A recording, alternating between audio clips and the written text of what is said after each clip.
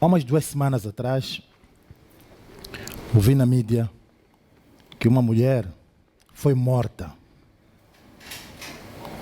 em Nampula porque faltou sal na comida.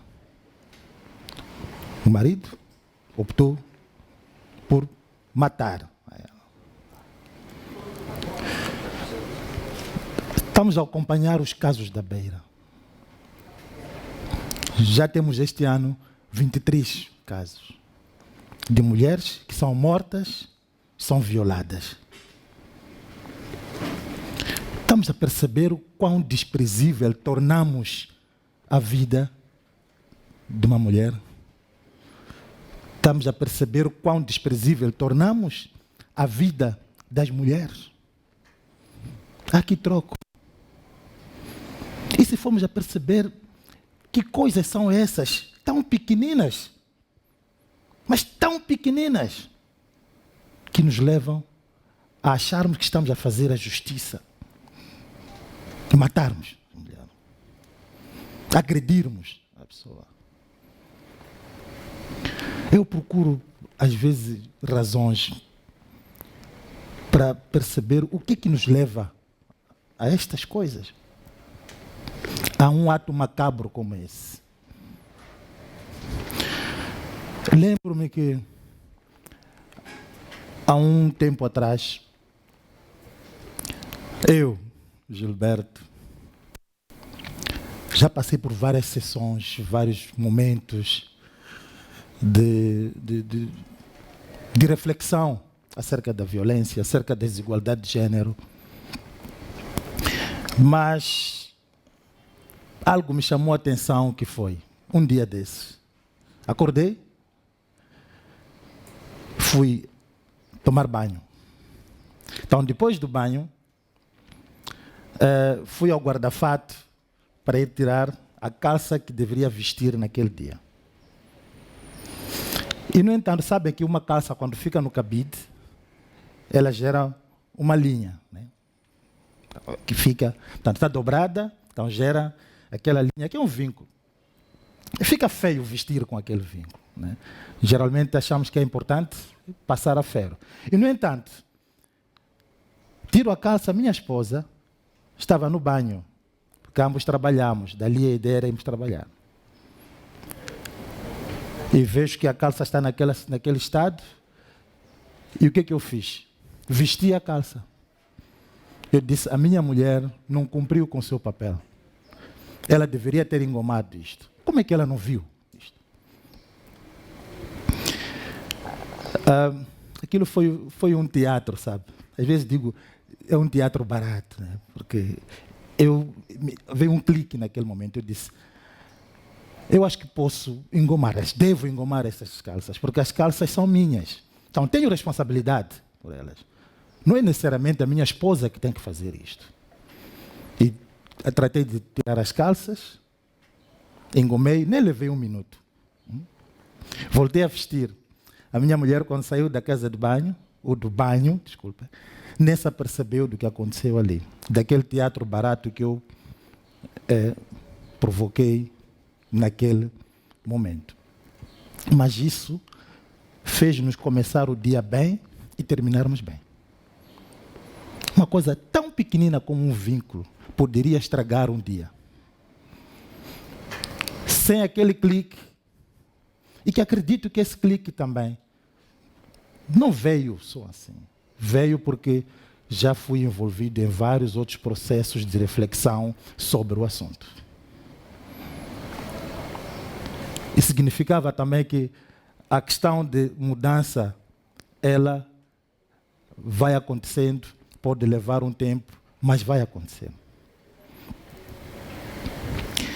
Olhando para estas questões de violência, as razões que nós buscamos, até procuramos justificar. Em Nampula, em Cabo Delgado, sabem que as mulheres são violadas durante os ritos de iniciação masculina. Enquanto decorre os ritos de iniciação, há um perímetro que é traçado, mas não há nada, nenhum sinal que delimita esse perímetro. Então, quando os homens se apercebem que a mulher está a passar por aquele espaço, saem todos, são 100, são 50, são 20, não importa. A ideia é que todos eles, como manda a norma local, todos eles devem violar sexualmente esta mulher. Já perceberam o quão desprezível está se tornar a vida de uma mulher? Por quê? Ainda procuramos esse tipo de justificação. A violência tem custos. Será que já paramos para pensar? Já paramos para calcular esses custos? Temos custos emocionais. Estão a ver uma mulher que foi agredida. Há custos emocionais, há custos psicológicos dessa mulher. Mas também há custos econômicos. Há custos físicos. É só ver uma mulher que... Quantas vezes encontramos mulher de óculos escuro numa sala como esta? E perguntar por que está de óculos escuro? Geralmente diz, caí na banheira. Essa ideia de que cair na banheira, todos nós já sabemos o que é que se faz, porque essa é sempre a justificação.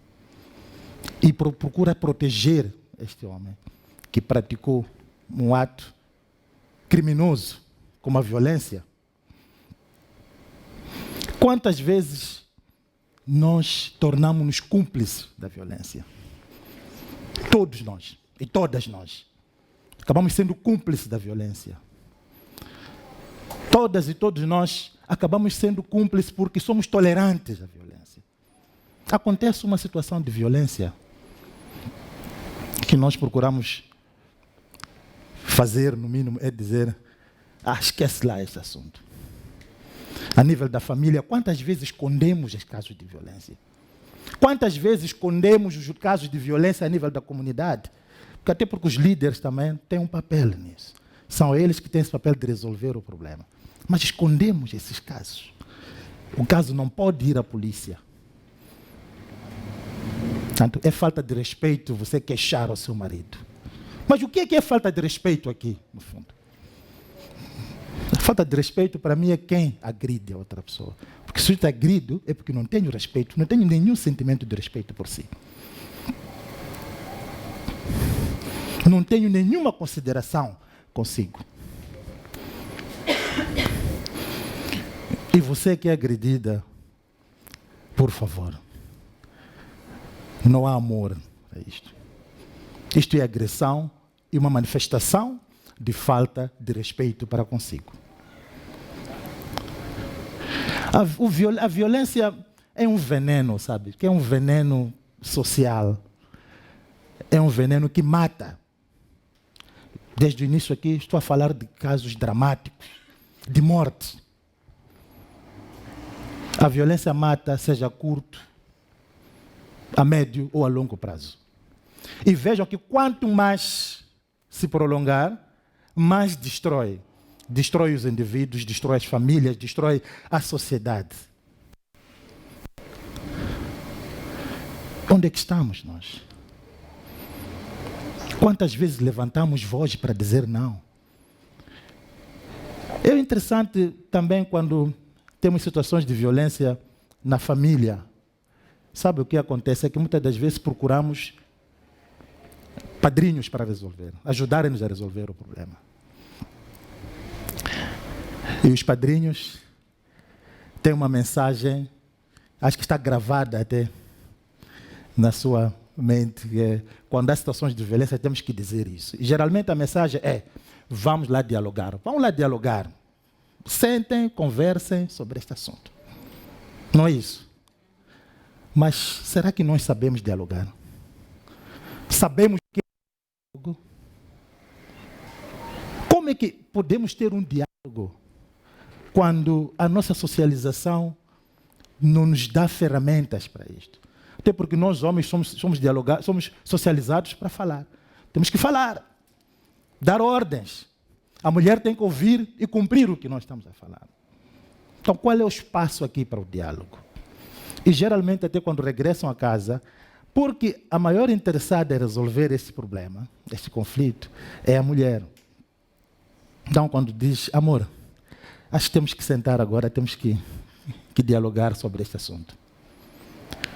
Nós, os homens, geralmente dizemos, tá bom, amor, mas já falamos lá, então, padrinho.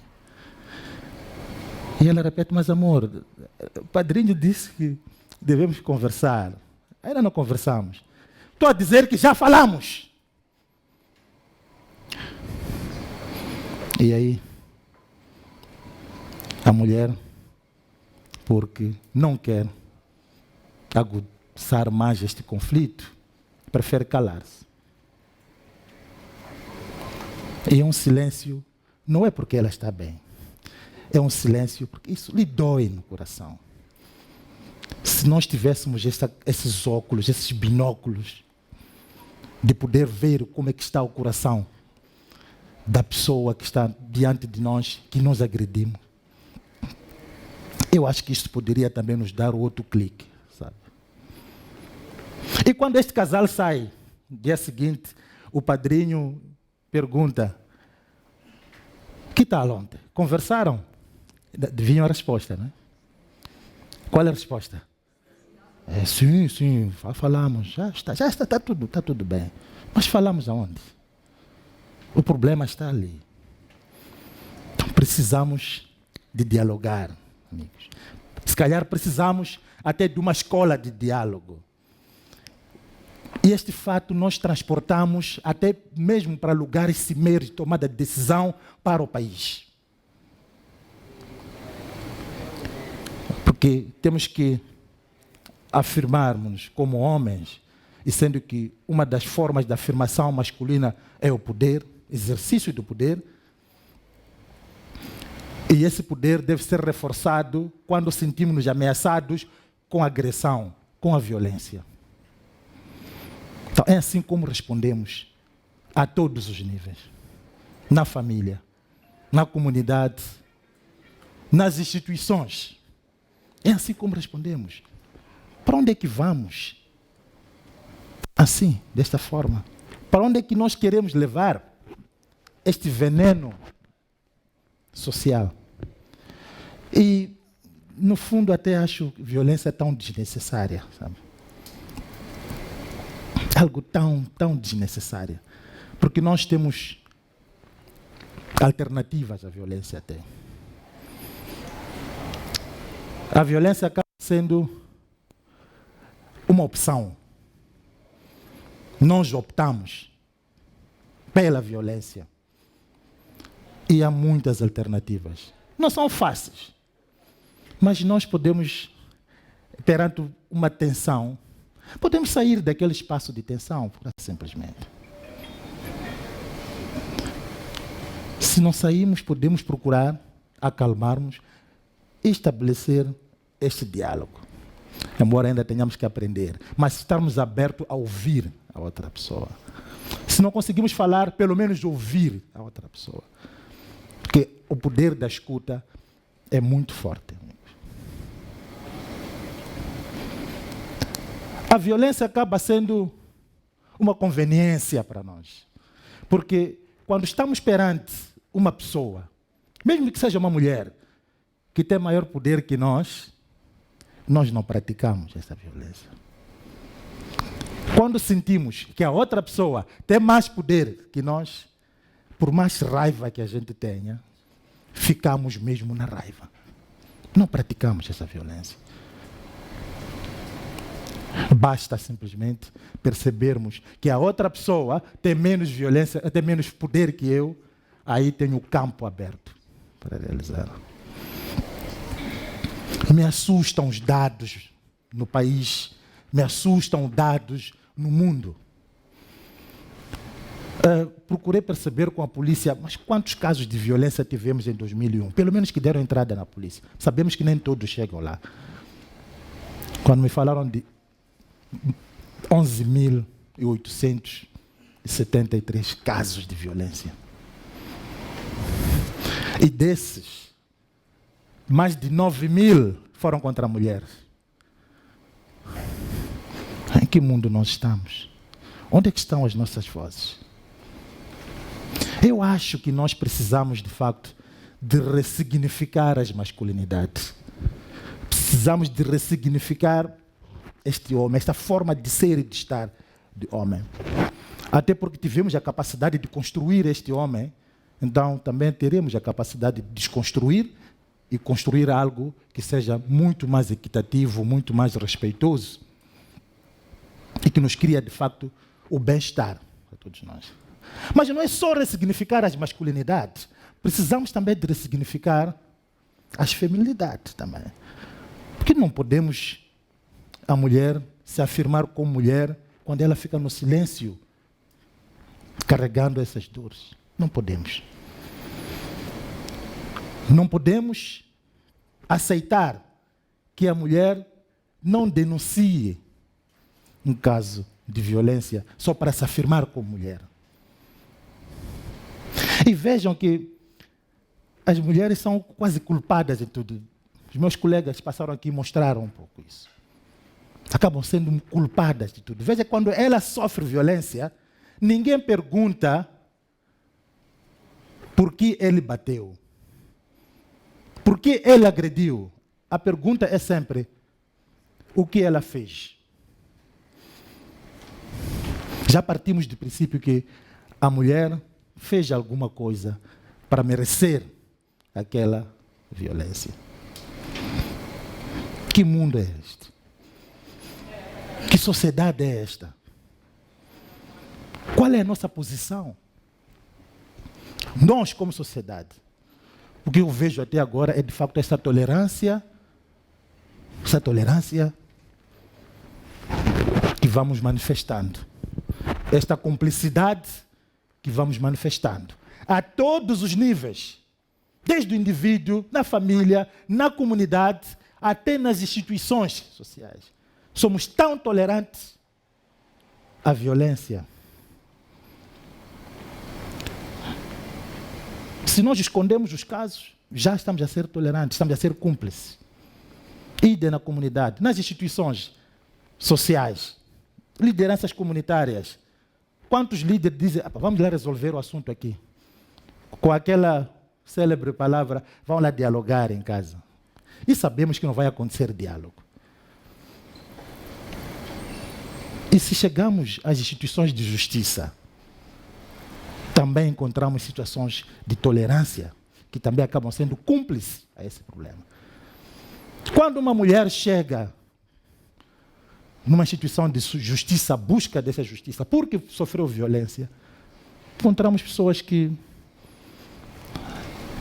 parece que não fazem leitura nenhuma de que esta mulher está abalada naquele momento. Quantos relatos ouvimos de que entregar até uma notificação, dizer, vai lá entregar o seu marido, este que te agrediu. Quantas vezes ouvimos isso? Quantas vezes ouvimos, esse assunto vocês deveriam ter resolvido lá. Por que não conseguem? Vocês não conseguem sentar e resolver mesmo. E às vezes até essa pessoa que diz isso também não consegue sentar e resolver o assunto. Somos tão cúmplices, tão tolerantes para um assunto tão sério. Uma agressão grosseira aos direitos humanos das mulheres. Não podemos deixar isto continuar, amigos. Temos que agir. Precisamos de criar espaços seguros para os homens e rapazes dialogarem e aprenderem a dialogar também sobre esses assuntos. Sabe que nós homens, quando nos encontramos, eu acho que às vezes parece que não temos muitos assuntos pelos quais devemos nos preocupar. Nós, os homens, quando estamos juntos, só conversamos de 3 assuntos. Ocupam quase 90% do nosso tempo. Acho que já imaginam quais são esses assuntos. Não é? As mulheres, que está aliada ao sexo. Esse é um dos temas quentes para nós. Levamos o dia todo a falarmos disto. As bebidas alcoólicas. O futebol. Depois podemos falar de outras coisas. Aquele outro pouco tempo. Mas ocupamos quase 90% do nosso tempo falando de mulheres, sexo, junto, falando do álcool, falando de futebol. E vejam que esses 3 assuntos, eles são de competição, né? Então, queremos competir. Quero competir com quantas mulheres dormi. Quero competir quantas vezes eu consigo fazer o sexo. Quero competir quantas eu bebo. Eu quero competir em relação ao futebol, que é óbvio, né? É uma competição. Mas será que são esses assuntos só? Eu digo, bom, não precisamos de retirar esses assuntos do nosso cardápio, mas precisamos de acrescentar outros tantos. Podemos falar da violência no sentido contrário. Porque quando falamos da violência, é muito mais para incitarmos. É muito mais para agitarmos-nos. É interessante quando estamos nós, homens. Há dias estive no restaurante com minha esposa a almoçarmos. Por causa ela está por aqui, acho que vai ver isso. E há uma mesa que estava ao lado, parecia uma família, ou amigos. Estavam a dançar, né? Dançavam, bebiam, desculpe. Mas a um certo momento, um dos homens zangou-se e começou a empurrar o outro. Quer dizer, nem conviver em paz podemos. E se você procura perceber o que levou este homem a fazer isto, nós de encontrar justificação possível. E sempre vamos encontrar essas coisas pequeninas. Quantas vezes isso se repete nos bares? Quantas vezes encontramos pessoas que tiram a garrafa, partem para espetar outra pessoa? E que vieram juntos muitas das vezes. São amigos. São irmãos. Por quê? Então, precisamos de facto de ressignificar estas masculinidades. E é possível ser-se homem sem ser agressivo necessariamente. É possível ser homem partilhando o poder. É possível ser homem respeitando as mulheres. Sabe que a violência, por mais pequena que seja, ela ocupa um espaço da paz. E nós precisamos de paz. Corremos todos os dias porque procuramos a paz.